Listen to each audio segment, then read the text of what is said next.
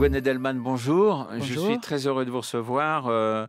Tout d'abord parce que vous êtes un écrivain rare. Vous avez publié un livre il y a de cela maintenant un certain nombre d'années, disons une petite douzaine d'années, 12, 13 ans, qui avait pour titre Dernier refuge avant la nuit. Et je montre ce livre qui était publié aux éditions Belfond. Et ce livre avait été très remarqué.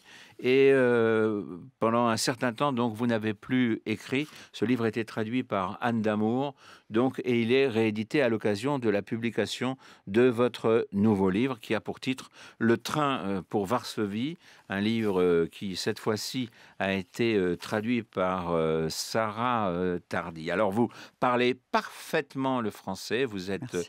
une Française, je dirais, à presque à 100%. Vous avez fait vos études aux États-Unis, mais aussi chez nous, à la Sorbonne, avant de devenir éditrice et de créer une agence littéraire. Et puis, alors vous aimez le cinéma, la photographie, et aujourd'hui vous vivez à New York, et vous publiez donc ce livre, Le train pour Varsovie, qui a obtenu donc un très beau succès critique en Amérique, et qui, je crois, va intéresser, et même beaucoup plus que ça, va sûrement susciter beaucoup d'émotions chez les lecteurs français. Le train pour Varsovie, c'est l'histoire un retour dont on se demande tout le temps s'il devrait avoir lieu. Parce que finalement, ce sont des personnages qui ont été marqués par ce qui s'est passé dans le ghetto de Varsovie, et revenir à un endroit où il y a eu une telle tragédie. Oui. On se demande tout le temps s'il faut faire, s'il est nécessaire d'entreprendre dans sa vie un tel voyage.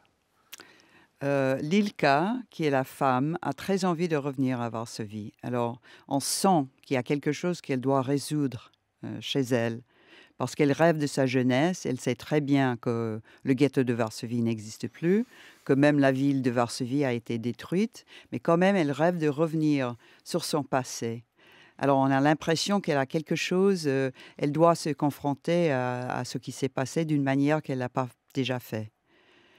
Tandis que lui, son mari, Yasha, il est très cynique, il sait exactement ce qui s'est passé, il n'a pas besoin de revenir. Mais finalement, elle la convainc et ils partent ensemble au retour à Varsovie. Parce qu'il s'est passé quelque chose, c'est que bah, ils sont, on leur demande de venir, et elle profite un peu de cette occasion. Oui, ils l'auraient jamais fait eux-mêmes, mais il reçoit un jour une invitation de la Maison des écrivains à Varsovie, qui l'invite à revenir à Varsovie. Et il ne veut pas y aller. Il dit qu'il irait jamais, il y mettrait jamais les pieds. Et il n'y a pas question, il y va pas. Tandis que sa femme a très envie d'y aller et elle le convainc. Alors en quoi sont-ils liés au ghetto de Varsovie, tous les deux? Ils étaient tous les 2 dans le ghetto de Varsovie. Elle avait 16 ans, lui il avait 23 ans et ils se sont connus dans le ghetto. Leur amour a commencé là. Leur amour a commencé là, ils se sont tombés amoureux l'un de l'autre et ça continue même 40 ans plus tard. Et évidemment, c'est revenir à Varsovie, c'est, disons, être confronté à quelque chose, à la fois de joyeux, et d'heureux, Oui, mais en même temps, quelque chose d'horrible. oui, oui.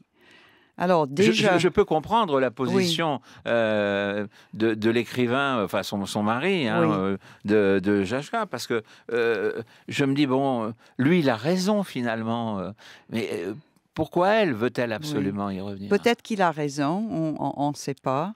On ne sait pas s'il a raison, on ne sait pas s'il faut revenir vers le passé pour résoudre, les choses qu'on n'a pas résolues, avant ou pas. Lui, il préfère rester à Londres et ne pas, revenir sur les souvenirs.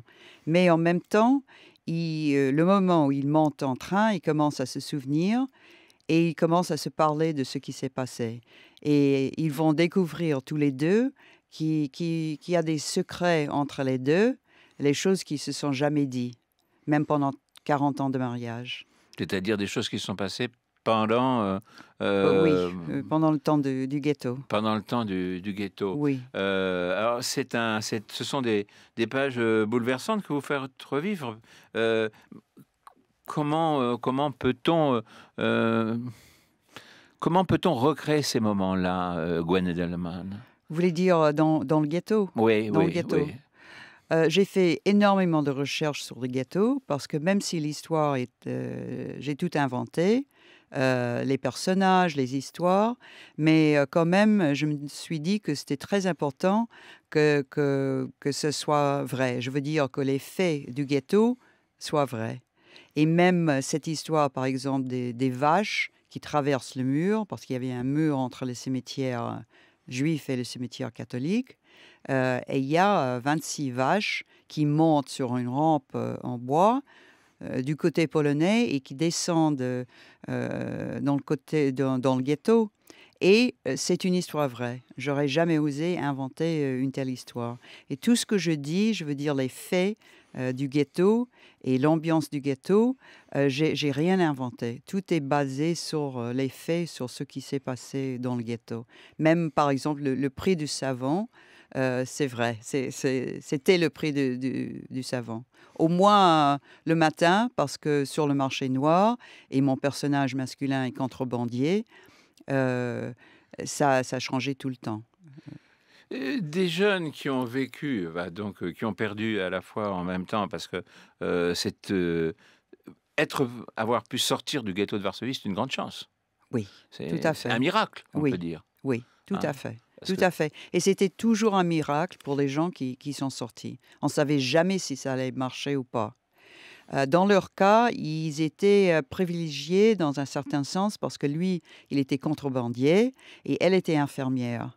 Ce qui était, ça permettait jusqu'à un certain moment d'échapper à la déportation. Si on était à l'hôpital, si on était médecin ou infirmière, on n'allait pas, on n'était pas déporté. À la fin, si, tout le monde était déporté, mais au début.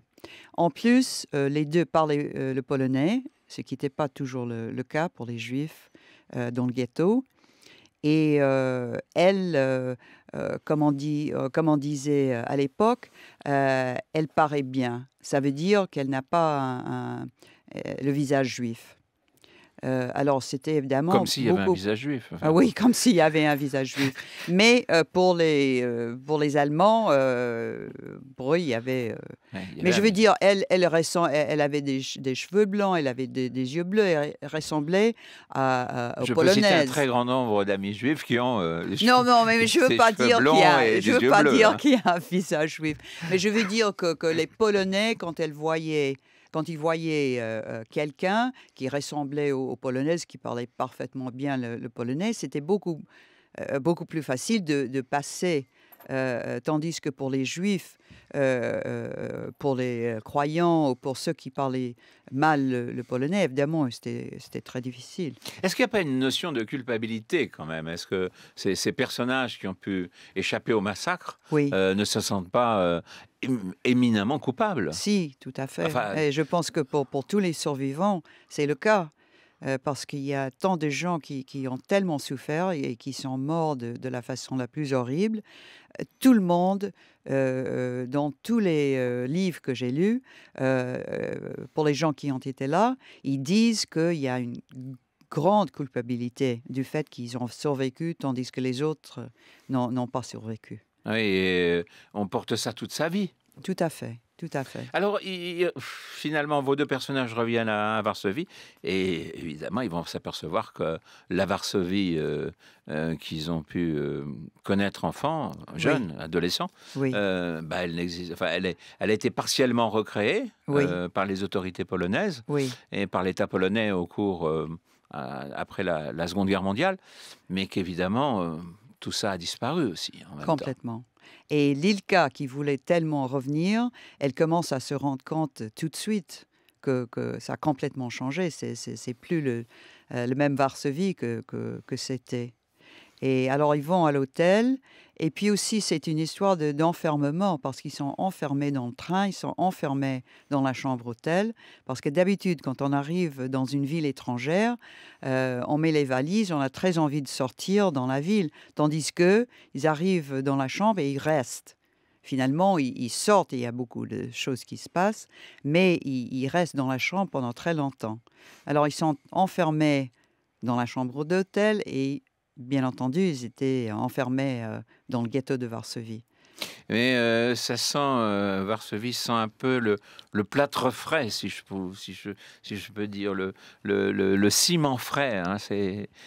Tout a été véritablement, reconstruit. Oui, oui, il y a un certain endroit, où ils ont reconstruit et il y a des gens qui disent, c'est comme un scène de théâtre. Mmh. C'est pas réel, il y a rien de réel. Alors quel souvenir peut-on qu'est-ce qu'on cherche finalement dans un voyage comme celui-là, Gwen Edelman?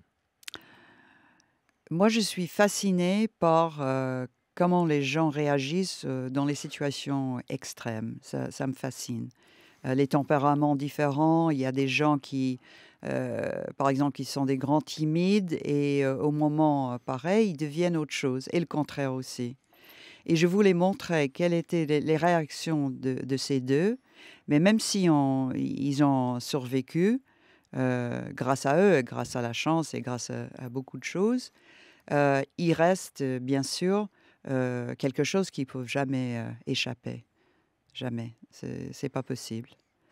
Merci infiniment. Je rappelle donc le titre de votre livre, Le train pour Varsovie, qui est un roman très émouvant, bouleversant à certains moments, et puis qui nous replonge dans cette Varsovie de la tragédie nazie, donc aux éditions Belfond, mais qui en même temps, bon, à l'aspect aussi, c'est l'autre côté de votre roman, c'est-à-dire qu'on est en même temps dans l'histoire contemporaine, hein. Il y a cette espèce de recul. Très, très beau livre, donc le train pour Varsovie.